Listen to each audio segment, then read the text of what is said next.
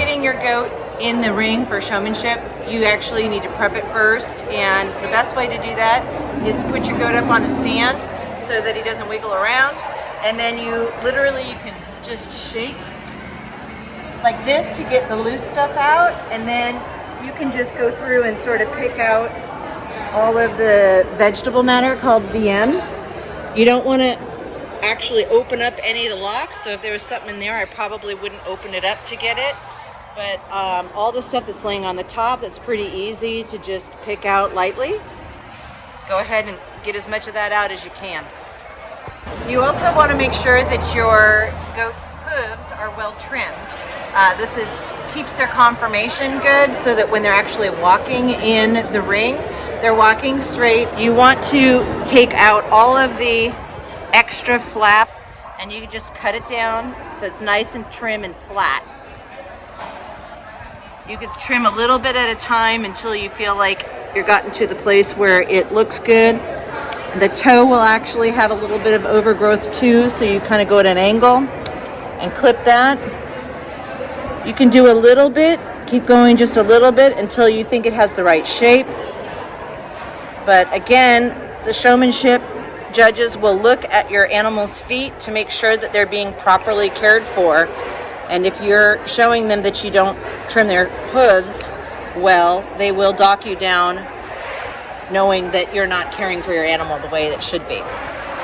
The last thing you might want to do is you might want to rub a little bit of mineral oil or a light oil to their horns to make it seem shiny and bright. You could do that also with their hooves, the outside of their hooves. Be careful though that you don't put any of that oil in their coat, because it will make it look oily and not have the right luster for their coats. Also, you should kind of clean their ears and their ear tag just to make sure that it's, there's not extra dirt or manure on it. And when you're handling your goat, the best way to handle it is by grabbing a little handful of hair right at the jawline on the cheek. It's the best way to control your goat. If you need a second hand when you're at home, you can use your other hand, the hand that's closest to you or to the goat, to be on the top of the horn near the base. Be careful that when you're doing that, you're not using the horns on the younger animals, because their horns are still soft and they're growing and they can break. And we don't want them to break their horns. So when you have a younger animal, try and use either a halter or just a fistful of their cheek hair. So now that you've done all your show prep, what you should do when you're in the show ring. So once you step in the ring, the judge is going to be looking at you and evaluating you about control and how well you're able to show off your goat. So for this demonstration, I'm going to be pretending that I'm the judge, and Ava is going to be the exhibitor. So she's going to be doing your job. So when you come in, the judge might motion to you to come forward or give you a direction with just a pointed finger and kind of a swoosh. So make sure you follow their directions. It's really important when you come in that you're well groomed yourself. It's nice if you have your hair back, if you have long hair, and it's important to make eye contact and give a sense that you're having fun, or this is easy for you, that you're calm, you have a smile, and that you're paying attention to what the judge is wanting. So, and you'll notice that Ava has got a hold of his cheek, and that she's walking with her body behind the animal. So if she's walking in a circle, she'll keep walking. So then the judge will tell you to stop, and they might actually want to get a good view of the front of the animal instead of just the top line. This is the top line here. You want to hold the goat's head up high so that that top line looks nice and even. And you want to also stack your animal similar to how you would with any other type of goat. So they should look nice and sturdy and squared up.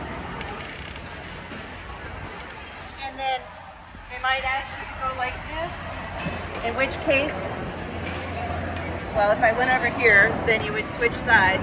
but you just want to make sure that those front feet are nice and open. So you might want to adjust your feet there, Ava. There you go. And do the best you can. This also shows how important it is to work with your goat regularly, and the more you mess with their feet before a show, the easier it's going to be for you when you get to the show. So just like the front legs are important to be nice and square and even, the back legs should be squared up as well. You want to make sure that their goats are nice and wide. You don't want to overpose them so they're doing the splits, but it should be comfortable but yet show that they've got a nice square conformation. If they're a little cow-hocked, you might figure out that there's an area where you can touch them where it might encourage them to have better posture and correct that fault. You can also adjust the top line. Some goats, when they're nervous, they tense up and they bring their rear up, which makes their top line look a little round. You can adjust that, first of all, by making sure your feet are properly positioned and that you're bringing them out. And if they're tense, you can just kind of bring your fingers in there into that muscle. It helps them relax and it smooths out that top line. And the same would be true if they're hunched up and they've got a hunchback. If they're dipped, you can tickle their belly and find that spot where they just kind of bring their tummy in and tuck it up, and straightens out that top line a little bit better for you. The other thing a judge will do, because conformation is only part of the goat's point system, the actual fleece is the other part. So the judge might come in and open up the fleece in certain parts to look to see what the curl quality is of the locks. So when they do that and they come through, and then if I switch goats as the judge, Ava would smooth that area back so that it looks nice and presentable again. So when the judge is sitting here looking at your animal, not just looking at the conformation, when they're looking in here, they'll be able to see, they're looking for parasites as well. So lice is very common in goats, and what they're looking for is to see if you have any lice, as well as what the curls look like. If you do have lice, make sure that you take care of it before you get to the show, because you can be disqualified and will be asked to leave the competition if there's lice infestation in your goats. They'll also be checking your hooves. So all that goat prep the show prep that we did, they might pick up your goat's hoof to make sure that you've been doing that. When you're prepping your goat, another thing that you need to make sure you do is trim the unsightly parts. So if you have a doe, they go to the bathroom out here and all the urine can come in here and stain your fleece.